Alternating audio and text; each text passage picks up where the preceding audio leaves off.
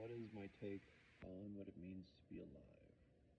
Well, I believe that it has to be a potential for self sustaining individuality. That for a seed, you can have an amalgamation of seeds, right? You can have a whole pot full.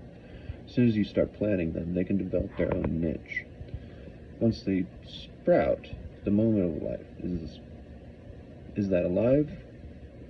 It becomes no differently sustainable than as the adult, right? So once you separate from this eternal existence that would be a seed that can never change, but it always has the potential to become alive, that you develop a unique tree, and it's a unique entity. It fits its own niche. You cannot place two trees in the same pot, right? Essentially, sort of. So when you separate the mother from a fetus, can the fetus achieve that? Is that being alive? I don't think so. I think that it is, at least this is my personal analysis and opinion that I'm just going to summarize, is that if you look at it similar to cancer, so you take a female or a male, whatever, doesn't matter. You just take a person, right? And they get cancer. Cancer is growing. It's always getting bigger. It's spreading. We consider it alive, right? But if you dissect cancer and you throw it someplace else, what happens? It cannot continue to grow. It cannot sustain itself. It cannot achieve,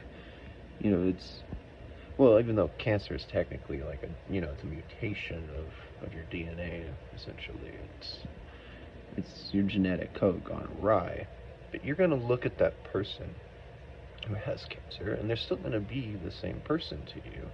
You're not going to say, oh, that's Becky and cancer. It's the same thing with a fetus and a pregnant woman. It's still the same person. So that's why I believe in abortion. It's because not only just for other ethical reasons with freedom of choice and the ability to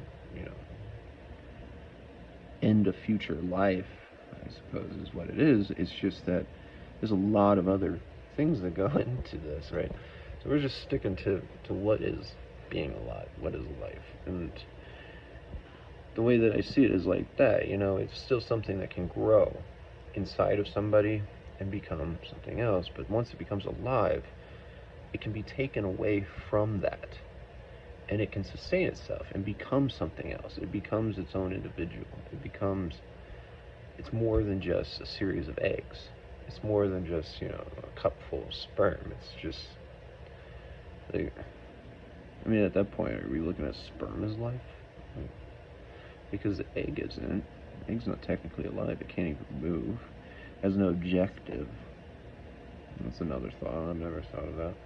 But that would be another way to undermine abortion, I suppose, is if we looked at sperm as life.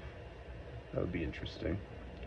But aside from that, my point is that I see a pregnant woman with a fetus as still who that person is. And then there's just this amalgamation of skin redirecting bloodline, or, veins and blood flow and then nutrient. It's just like tacking on a second stomach in a way. It's only until, but yeah, you're still saying that this is going to eventually, it could become human. And through all probable isolation and structuring what it means to not interfere, that still it will holistically develop. But just you gotta have that individuality that truly makes life. It, to me, otherwise, like I was saying to another guy, that what if then we broke it down even further to just say then life is a series of chemical reactions, because then you have the same chemical reactions as cancer, same chemical reactions as and same properties of a fetus and how it grows and develops and changes. It's no different than what cancer does. And then look at all the other natural chemical reactions that happen throughout the universe. Are we going to seriously say that the entire universe is alive now? By solar system, by planet, by galaxy? That now everything is alive simply because there can be interactions and changes and that there's entropy? No, you're not. There's got to be something else that makes sense, that there is something that derives what is being alive, that you can't just, I mean, okay, so then we're taking out the core of a planet.